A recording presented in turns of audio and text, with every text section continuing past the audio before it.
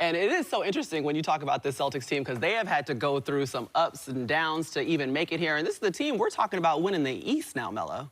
Yeah, Boston is impressive. They've been consistent all year long as far as they play, as far as the game, the flow of the game. They just wear you out. I mean, they physical. When they decide to defend, which they defend all the time, but like tonight, they turned it up on the defensive end.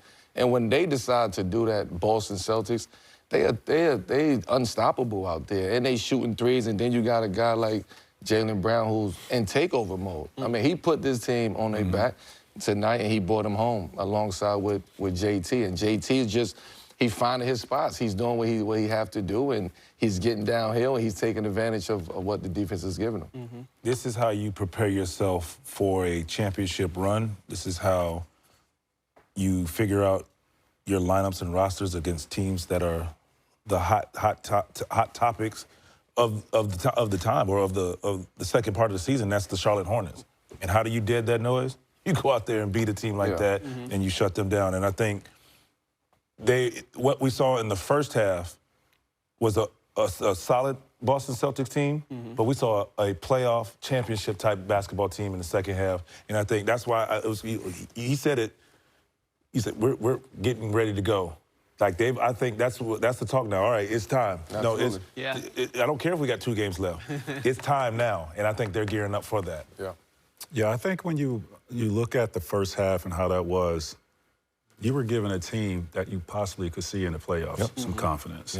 And I think you come out of the second half and you do that and let them know that it's levels, it's a different level, right? So they up their defensive pressure, their defensive intensity, attention to detail. Like you said, they were getting over the screens. And they didn't hit as many threes in the second half because they took that away. And when they're not making threes, now you got to go to a half-court game, slow down, and see how you execute.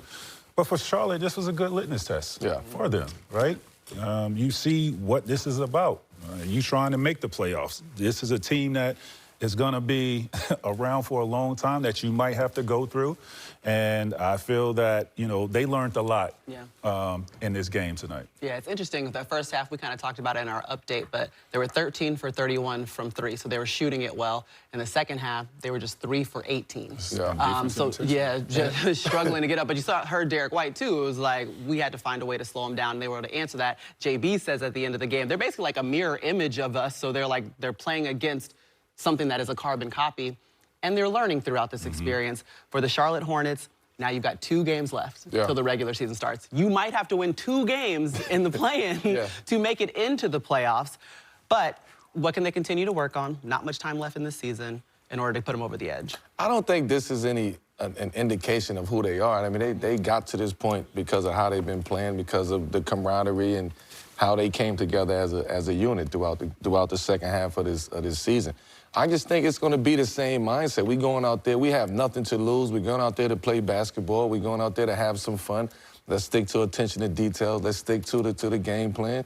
And let's go out there and see what happens. And if something does happen, then, we're going to slap ourselves on the back. But if it doesn't, we go back and we regroup and see what we need to add on to get us to where the Boston Celtics is at.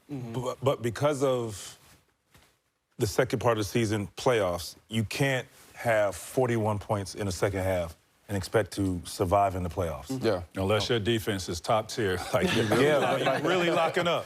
Absolutely. But 41 points, now we're seeing 41 points in a quarter.